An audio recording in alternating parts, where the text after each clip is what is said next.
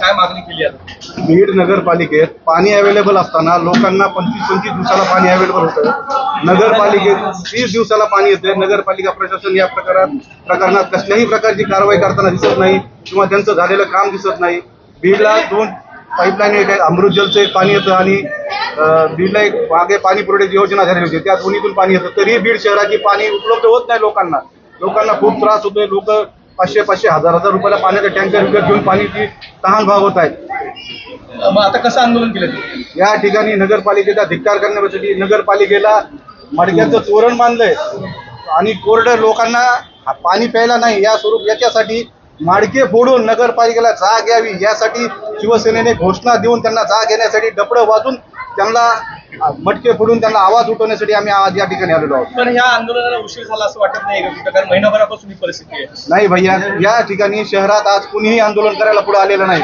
आम्ही शिवसेना हा एकमेव प्रमुख पक्ष आहे की ज्या या ठिकाणी लोकांच्या भावना जाणून या ठिकाणी आंदोलन करण्यासाठी उपलब्ध झालेला आहे. आपण जर पाहिलं तर पालकमंत्री असतील, ते तर एकदम बरोबर आहे. भूलथापा देऊनच ती वेळ मारून नेण्याचा प्रयत्न करतायत. पण या ठिकाणी सर्व लोकांच्या जनतेच्या लक्षात येतंय की आपल्याला हे सर्व लोक भूलथापा देत आहेत आणि खोटं बोलून वेळ भागवण्याचा प्रयत्न करतायत.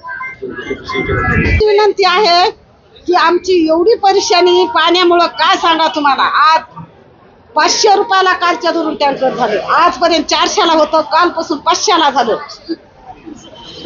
आम्ही 500 दिले काय 500ला झालं कालच्या पासून, आजपर्यंत 400ला देत होते. पण आता उद्यापासून तर टँकरवाला काय म्हणला 1000 रुपयाशिवाय आम्ही पाणी तुमच्या कॉलनीला भेटणार नाही. मग एवढे पैसे कुठून आणायचे आम्ही सांगा.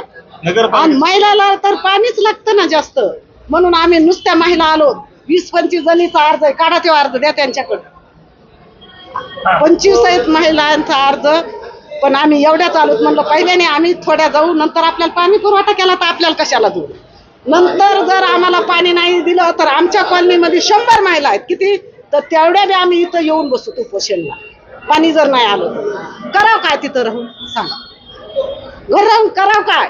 सरकार कशाला आहे, सरकार मानलंय कशा करता. पाणी तरी पुरवा ना आम्हाला, अन्न नका पुरवा. अन्न बंद झालं आता, राशन बंद झालं ना, पण पाणी तरी फुकटचं पुरवा ना आम्हाला. नसल पुरवा न होत तर सांगा.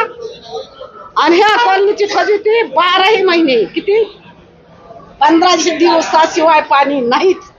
पण आता तर ना 2 महिन्यापासून महिन्यालाच पाणी. मी असे ना दिवस टिपून ठेवले, तारीख टिपून ठेवली की आज किती दिवस झाला आपल्याला पाणी नाही, किती दिवस झाले काय नाही. करायचं कसं.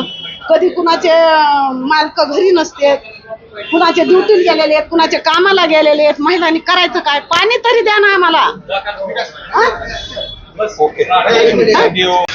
आम्हाला एवढ्या महिलांना घेऊन नगरपालिकेमध्ये यावं लागलं. याचं कारणच की तीव्र भीषण पाणी टंचाई आहे.